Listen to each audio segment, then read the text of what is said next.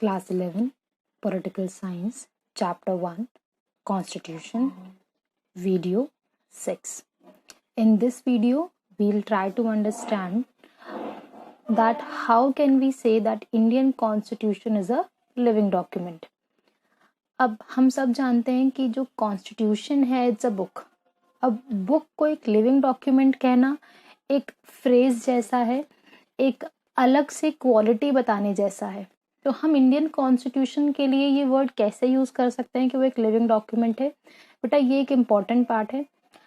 Previous year तक इस phrase पर एक पूरा का पूरा चैप्टर था that constitution as a living document या Indian constitution as a living document. But अब ये सिर्फ एक टॉपिक की तरह आपके सिलेबस के अंदर ऐड किया गया है. हम इंडियन कॉन्स्टिट्यूशन को लिविंग डॉक्यूमेंट इसलिए कहते हैं, शॉर्ट में मैं पहले एक बार आपको बता देती हूँ, क्योंकि हम ये मान के चलते हैं कि टाइम एंड नीड के अकॉर्डिंगली या जब भी हमें ज़रूरत हो, जब भी सिचुएशन ऐसी क्रिएट हो कि हमें इसे बदलना है या सुधार की ज़रूरत है, कुछ चेंज या मॉडिफिकेशन की रिक्वायरमेंट है, तो हमारे पास हमारा कॉन्स्टिट्यूशन इतना स्कोप हमें प्रोवाइड करता है कि हम इसे चेंज कर सके, मॉडिफाई कर सके. पर एक चीज़ आपको याद रखनी है कि इंडियन कॉन्स्टिट्यूशन में चेंज लेकर आना बहुत आसान भी नहीं है तो बहुत मुश्किल भी नहीं है. पर फिर भी कुछ ऐसे प्रोविजंस बनाए गए हैं कॉन्स्टिट्यूएंट असेंबली के थ्रू जो कि हमें ये कहते हैं कि आप इसके बेसिक स्ट्रक्चर या जो इसका आधार है आप इसे नहीं बदल सकते, क्योंकि अगर इसका आधार ही बदल दिया जाएगा तो कॉन्स्टिट्यूशन जिस पिलर्स पर वो टिका है वो ढह जाएगा और कॉन्स्टिट्यूशन जिस बेहतरी या एफिशिएंसी के साथ काम कर रहा है शायद वो उस तरीके से काम ना भी कर पाए.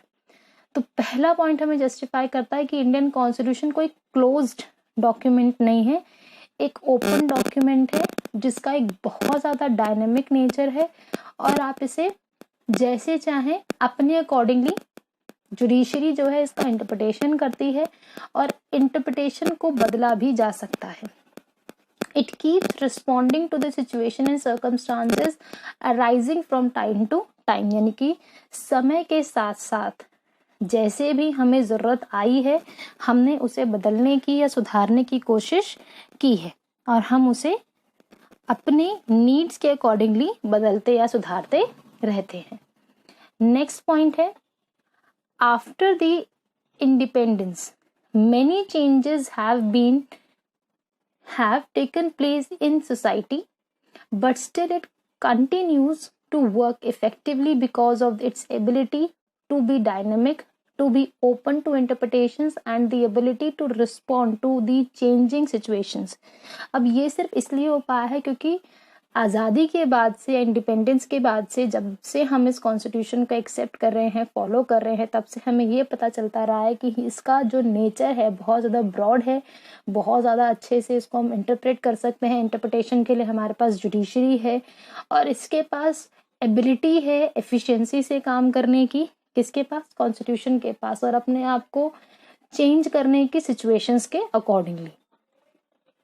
Various provisions are provided in the Constitution which allow it to be changed according to the requirements of the present society and its future is not a constant or a static document. यानी कि static नहीं है, rigid नहीं है, एक बिल्कुल स्थिर होकर काम नहीं करता.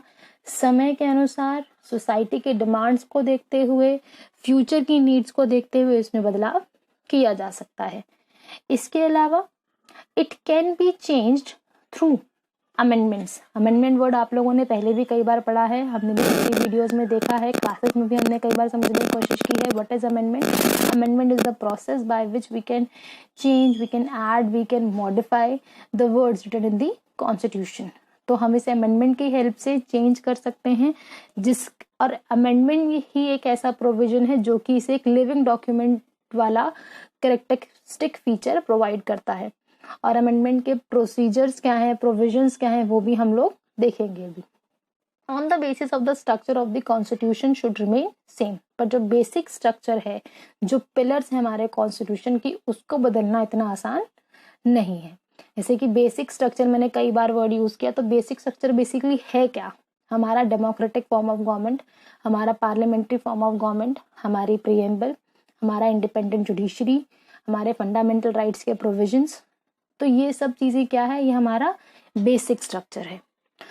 The Constitution of India is open to interpretations by the Supreme Court after understanding the society and the basic foundational values of the Constitution। यानी कि मूल्यों को ध्यान में रखते हुए, सोसाइटी के नीड्स को ध्यान में रखते हुए उसे इंटरप्रेट करने का जो पावर है सिर्फ और सिर्फ किसको दिया गया है, सुप्रीम कोर्ट को दिया गया, ताकि उसके मल्टीपल इंटरप्रिटेशंस ना निकले।